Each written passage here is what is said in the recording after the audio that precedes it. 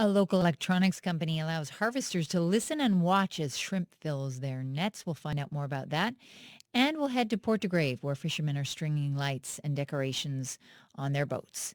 I'm Jane Adey. Welcome to the broadcast.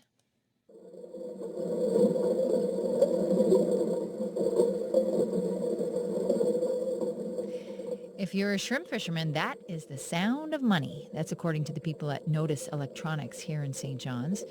They've developed a system that enables fishermen to pinpoint exact areas in the ocean where their nets are catching the most shrimp. The idea came from an American shrimp fisherman who wanted to increase his haul while decreasing his trawl time. Our reporter Janelle Kelly dropped by the Notus Electronics facility to chat with two of the people behind the Echo, Managing Director Brad Henderson and Marketing Manager Francis Parrott.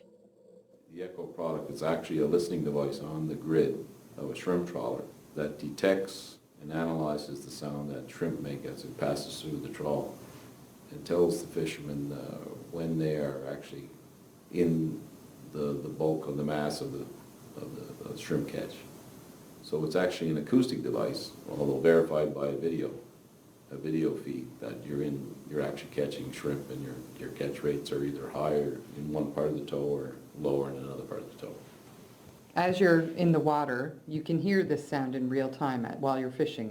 If you start to hear the noise, that means you're catching shrimp. That's correct. You're actually hearing the body of the shrimp hit the northboard grate. It makes a special sound, and we did some research on that sound and how it's differentiated from other sounds of the trawl.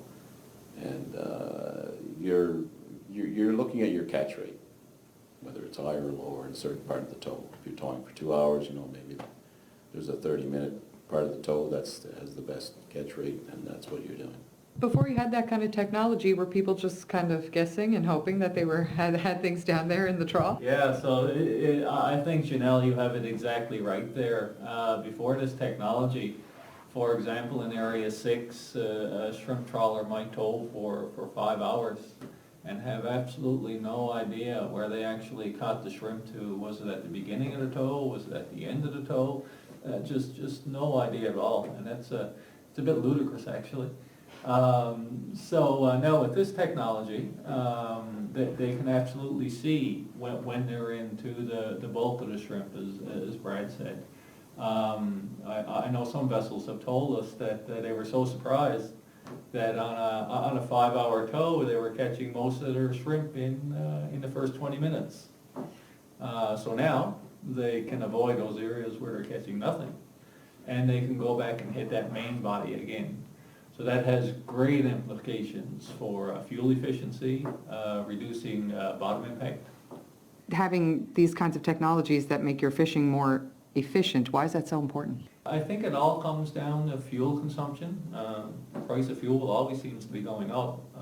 So this technology, it's been proven to reduce fuel by up to 30%, 40% on some boats. And I think we have to realize about the environmental impact as well. Here in Newfoundland, all our boats have quotas. So if we can help an average shrimp trawler catch that quota in, let's say, 80 tows instead of 140 tows, that's a tremendous impact on the environment and helping the environment. So there's some safety implications there as well. People are not out on the water as long, and they can, if they have a nice short weather window there, they can be confident that they can actually catch that set quota in a very short amount of time. There's another issue as well. I mean, we're finding that, for example, in the shrimp fishery in Argentina, the catch rates in Argentina over the last, 2 years or something are phenomenal. They're actually too high. Their catch rates are such that they'll do a tow in 15 minutes. And the thing is, they're catching too much shrimp and they're destroying the product because of just the mass going back into the back, and they're getting, for lack of a better word, squat up or getting crushed. So with this product, it's actually telling them to pull in or reduce their tows. So you're not destroying valuable catch because you're catching too much. And that's another advantage to another environmental advantage, but no question about it, there's a quality issue of the catch. And as the catch quality goes up, the price goes up, the time goes down, and all those things add up, so. This is your newest product? Yes, this is our newest product, but it's the most innovative one that we've come up with. Our How- competition is trying to find out how we do it, but we're not going to tell them. That sounds like a good idea. How long has this been in development? The sound was discovered by fishermen about almost 4 years ago. Yeah. Washington State fishermen, or Oregon, or the West Coast. He came to us a number of years ago. He had the video and he had the sound, and I initially said, you're crazy, we can't do that. So that means it was a great idea right off the bat. So we analyzed the sound, we did some work with him, we built a prototype, and he of course was a very innovative fisherman, and he got the bugs out of it for us. More importantly, he was a great promoter. And This is cool because it's a collaboration like between countries and between sectors. certainly is it's a industry pull product. I mean, it's the industry wanting an answer and seeing it, taking an idea, and it wasn't a technology push idea where you have some piece of technology you're trying to adapt to the fishing industry. You have a problem, was presented as a kind of a problem with a possible solution, and then we just took our product line, adapted some acoustic technology for the need, for the want, and it's been a great success. Now we're adapting it to other types of fisheries that use a grid type structure to sort out what's going in the back of a trawl. If you look at the success of the product, where in the market it actually started with, which is in the west coast of the U.S. So success-wise, based on catch rates and reducing tows, boats with our technology are out catching boats without the technology about 2 to 3 to 1. So that means that probably 70% of the market now on the west coast of the U.S. use the Echo.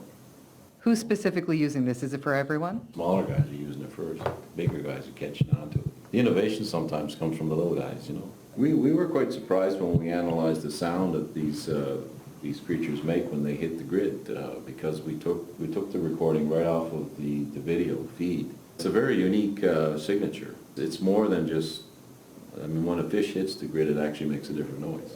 We were actually looking at the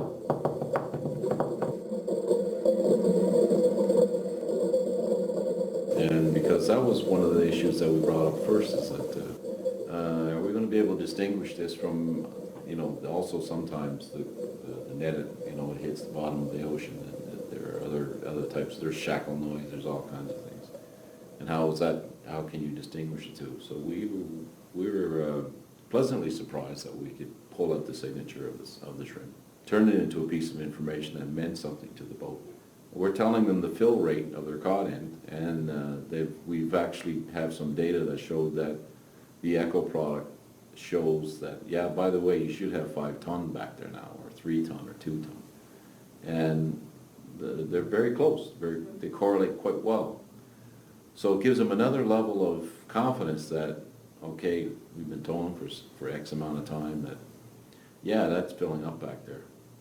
And that was Brad Henderson. He's the managing director at Notus Electronics, the company behind a new acoustic device being used on shrimp trawlers all around the world. We also heard from marketing manager Francis Parrott there. Well, last week,